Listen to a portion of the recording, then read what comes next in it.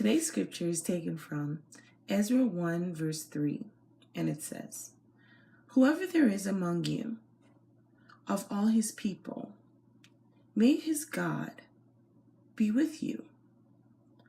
Let him go up to Jerusalem, which is in Judea, and rebuild the house of the Lord."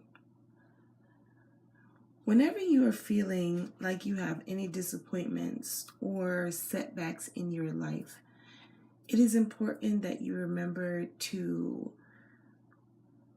turn those setbacks and those disappointments into a success.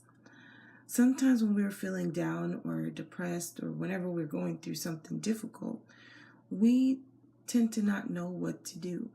But of course, the best thing is to allow God to help you and be your support during your times of disappointment or even setbacks.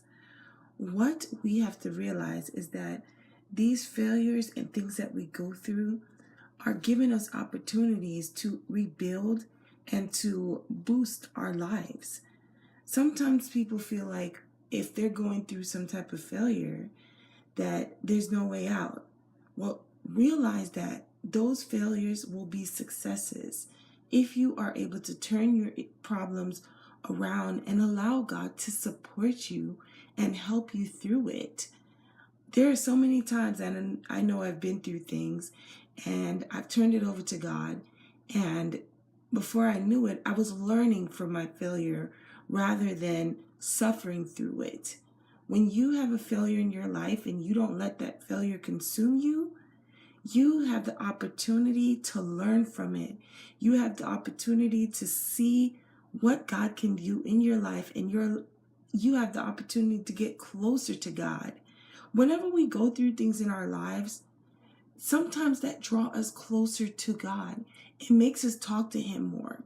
It makes us pray to Him more and ask Him for guidance and ways to get through it.